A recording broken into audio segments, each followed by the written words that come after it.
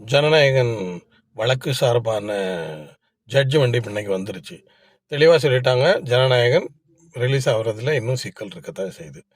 அது மட்டும் இல்லாமல் தனி நீதிபதி வழங்கிய அந்த சர்டிஃபிகேட் கொடுக்கலாம் அப்படிங்கிற தீர்ப்பை வந்து ரத்து பண்ணிவிட்டு அதே தனி நீதிபதி அவரா இல்லை வேற யாரான்னு தெரியல, பட்ச தனி நீதிபதிக்கிட்ட இந்த வழக்கு தொடர்ந்து விசாரணைக்கு போகுது.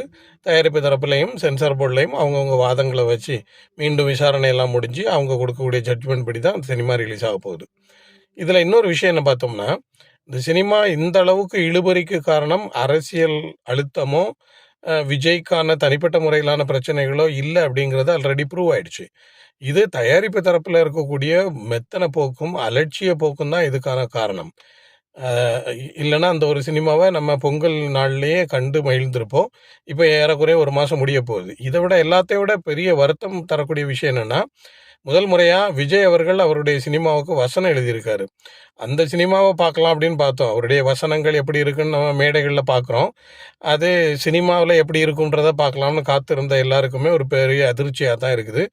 எனிவே இப்போ மீண்டும் அந்த வழக்கு விசாரணையும் விசாரணை தொடர்ந்த தீர்ப்பும் வந்து இப்போ அதுக்கப்புறமே சினிமா வெளியாகும். அதுவரை காத்திருக்க தான் செய்யணும்.